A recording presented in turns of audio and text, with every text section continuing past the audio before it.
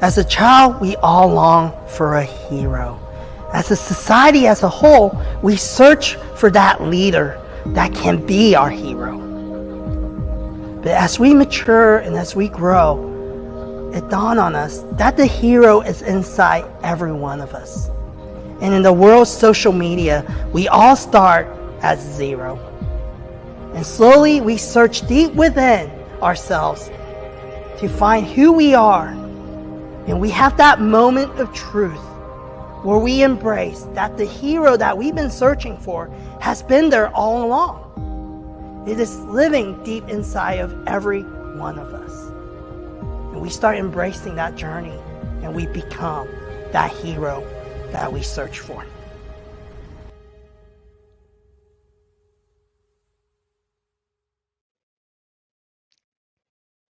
Good morning, everybody, and welcome to episode 99 of Zero to Hero, presented by J29 Creative Group.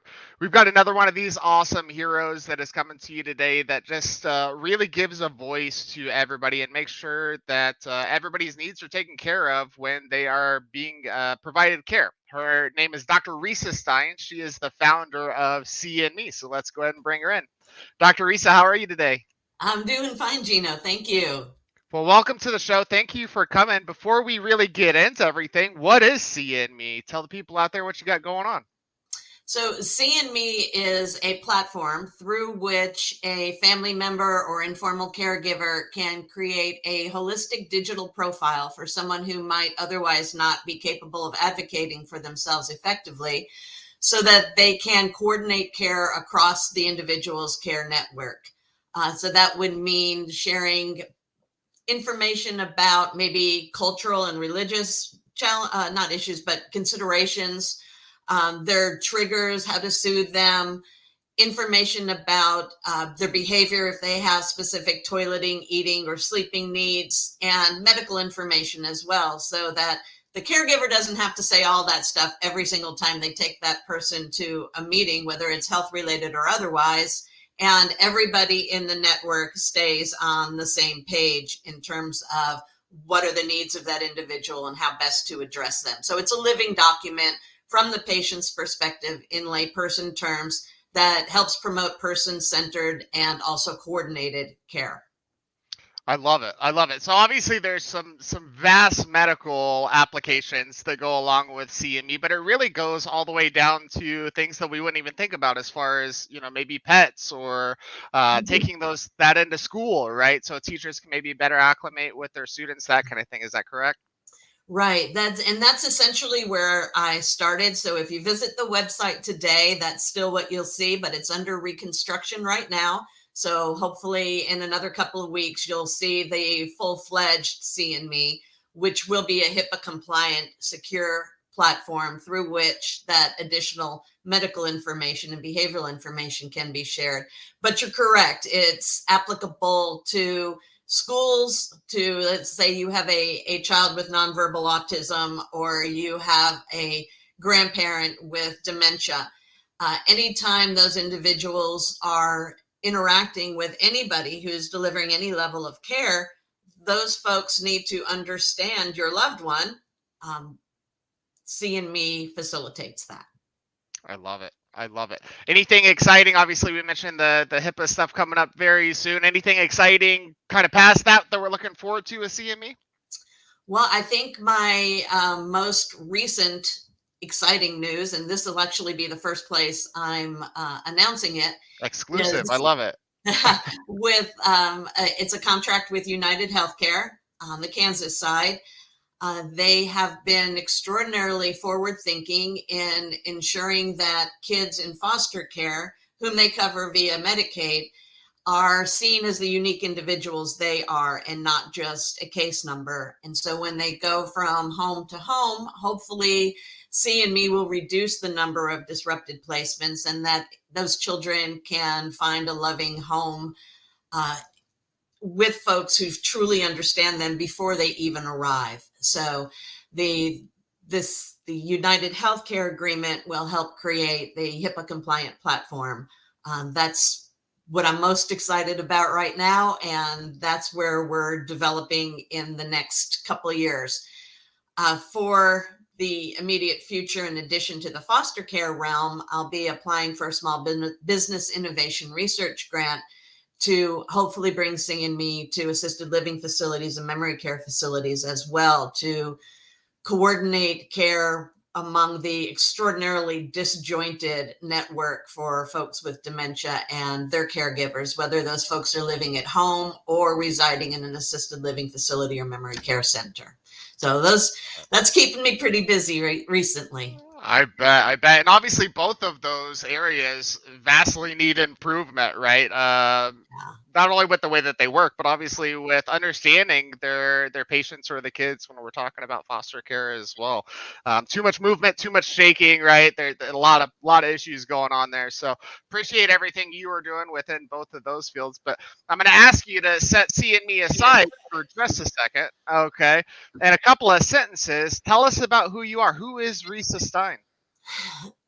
Well, it depends on when you ask me that question. So who I was prior to 2012 when I had this sort of midlife crisis and who I am now are really, I would like to think, two very different people. But now I would characterize myself as somebody who's focused on person-centered care first and foremost, and making sure that everybody is seen as the unique individual they are.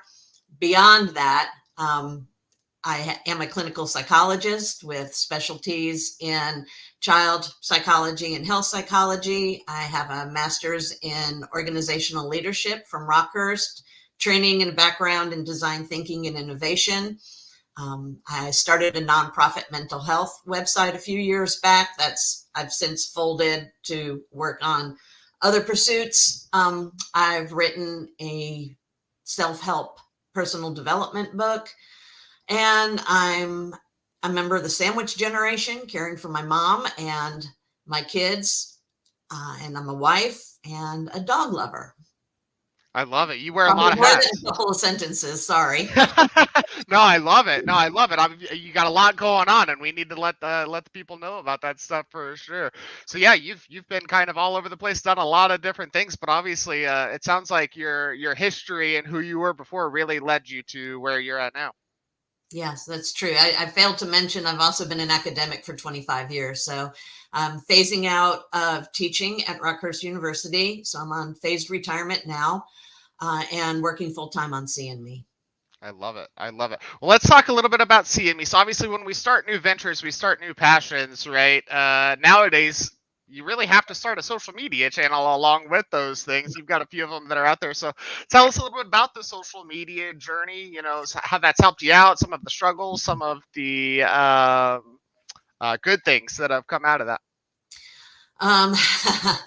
Well, I will make the case of why your organization is critical. How about that? I love it. Because I am one of the earliest Gen Xers. Just a year shy from a boomer. So this is not my forte. And since starting SeeInMe and working initially on the population of children with needs such as autism and Tourette's and Down syndrome and so forth, I started there. So a lot of what you'll see in my social media presence is still relevant to what I call version 1 SeeInMe. And then I sort of put it on hold as I was working through the contract procedure with United Healthcare. So unfortunately, my social media right now is probably really outdated. In fact, I just updated the logo the other day. So as soon as the new website goes live, I'm going to have to redo all of that and create a new social media presence with the rebranding of SeeInMe. So I will admit I've fallen short on that area. Well, I wouldn't put it quite that way. It's time consuming, right? It's hard, and the good thing is that you went out there and you did it and you started it, right? Which is, I think, the biggest thing that holds back a lot of entrepreneurs is they want it to be perfect, right? As soon as you start, and if it's perfect when you start it, you wait too long. Right? I mean, that's just kind of the fact of the matter, right? We want to get out there and we want to put ourselves out there, and you have done a good job with it. I know you don't feel that way, but the good thing is you got the word out there, right? You let people know. But I appreciate that not anybody that's having a struggle with keeping up with their social media, definitely give me a call for sure. We can absolutely help with that. But the most important thing is just get out there, get your message out there, however you want to do it. The big thing is that it's out there for sure. So I appreciate you sharing a little bit about your journey there. Now, Risa, every superhero has a defining moment. What do you think yours is when it comes to not only your life, but your career as well? So 2012, I made reference to my midlife crisis. It was actually kind of a near-death experience, honestly. I was taking my son on his college tour, traveling around the country to see different universities he was interested in. And, excuse me, I had started hemorrhaging and losing a lot of blood. At the time, though, considered myself relatively invincible. Maybe the superhero part comes into play there. And for better or worse, by the end of our trip, I had lost about 60% of my red blood cells, and I was in the hospital for 2 or 3 weeks, which at the time, when it first happened, I was kind of really proud of myself for not dying and not collapsing. But in reality, it was a really, really stupid move. I mean, I was still driving. I could have put myself, my son, anybody else on the road at risk. And it just occurred to me that this veneer of invulnerability was going to be my downfall, could have led to my death, actually. And so as I'm laying in the hospital, still losing a lot of blood, they had to figure out how to stop that before they could put more blood into me and have surgery. It occurred to me that I needed to make a change, that I needed to decrease that invulnerability, start focusing on others rather than myself, and figure out how to do so and what that would mean when I became a different person that was focused more on others. And so I see that as my defining moment.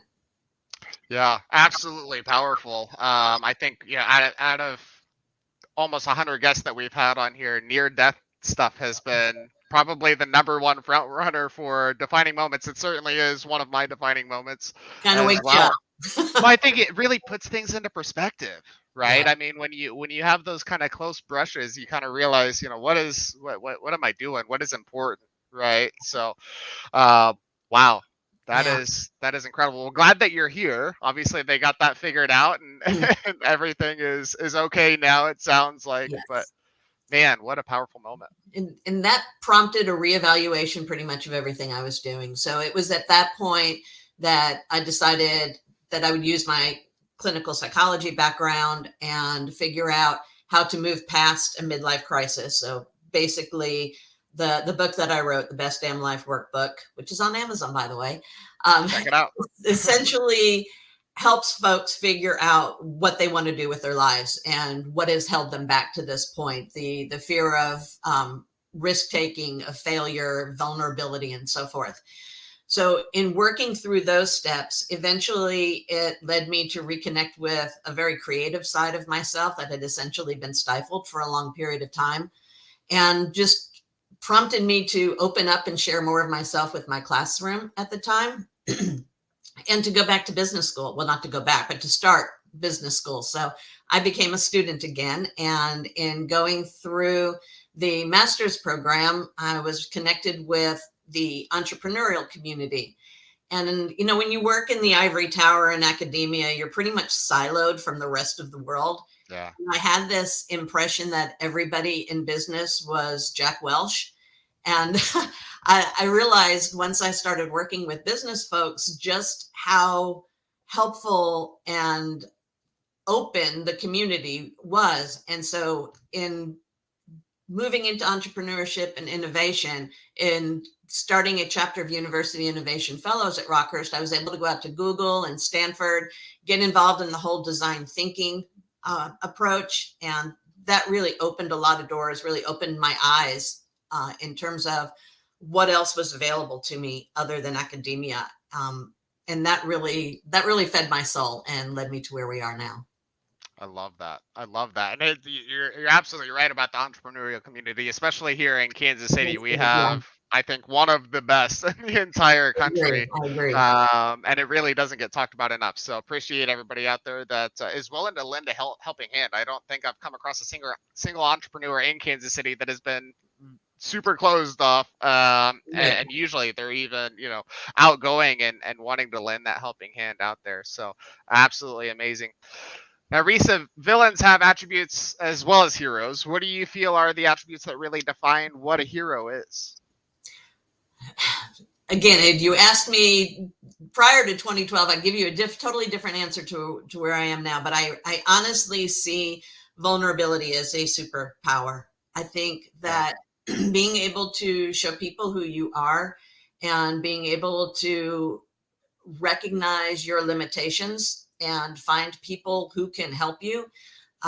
For me, that's been the greatest thing. I have surrounded myself, and actually people have been drawn to me, I believe, because of the need I express to receive assistance. And when you're passionate and you allow other people to see that passion, for me, it's ensuring everybody has a voice and is seen as the unique individual they are. It starts resonating with folks, but you won't draw those people to you if you're not vulnerable enough to say, this is the change I want to make in the world, but I can't do it all by myself. I really think that that's a superpower.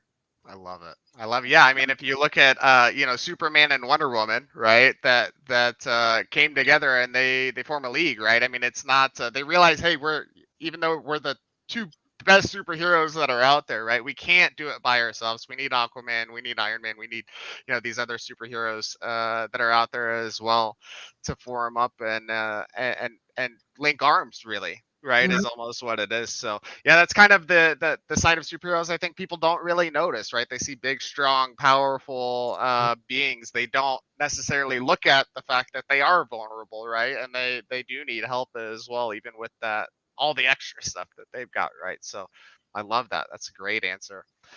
I'm going to put you on the spot on this last one. If you had to pick a superhero that best relates to Dr. Risa Stein, what superhero would that be? And then tell us a couple reasons why. Okay, so everything I know about superheroes, I know from my son, who's a I love huge it. superhero. So I know little bits and pieces about all of them. But I think if I had to choose one, I would choose Justin's favorite one, and that would be Spider-Man, although Okay. that might have changed over time too. And the reason, other than that's probably the one I know most about, other than Wonder Woman, is first of all, Peter Parker was a nerd, and Yeah. I consider myself fundamentally a science-based nerd.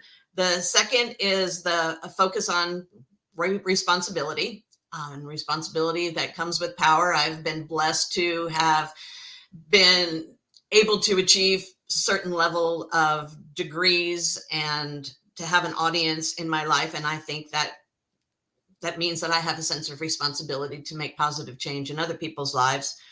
I see him as fallible, which I definitely see myself as fallible. And I think that gets into some of the vulnerability that Peter Parker and Spider-Man also present with. And then the last part would be that there have been many iterations of Spider-Man. So I can't list to you all the various actors who have played Spider-Man since Tobey Maguire, but I think that really mirrors what I see as the multiple iterations of Risa over the years. And each one is slightly different. Each one has evolved to some extent, but I think for those reasons, Spider-Man would probably best encapsulate who I would see reflected in my own being. And I hope I didn't get any of that wrong. No, you nailed it. You got all of it. Your son's going to be knocking on your door later. Hey, Mom. First of all, Spider-Man's not my favorite. I'll hear that. Yeah, the kids always love to tell you where you got it wrong, for sure. Well, Risa, you are amazing. Thank you for doing what you're doing. Thank you for giving us your time to share your story. How can people keep up with what you're doing? How can people follow you? How can they know about you? So connecting with me on LinkedIn is probably the best way.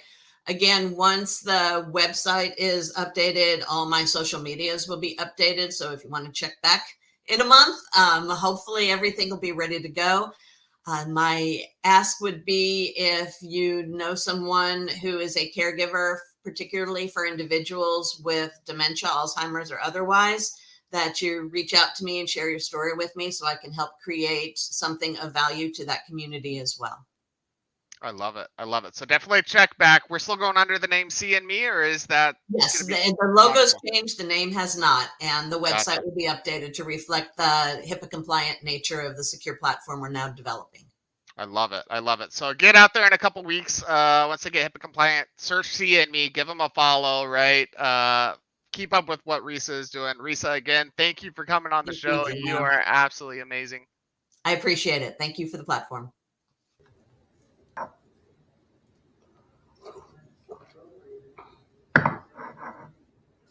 Hey, are we still live? Hey guys, we're still live.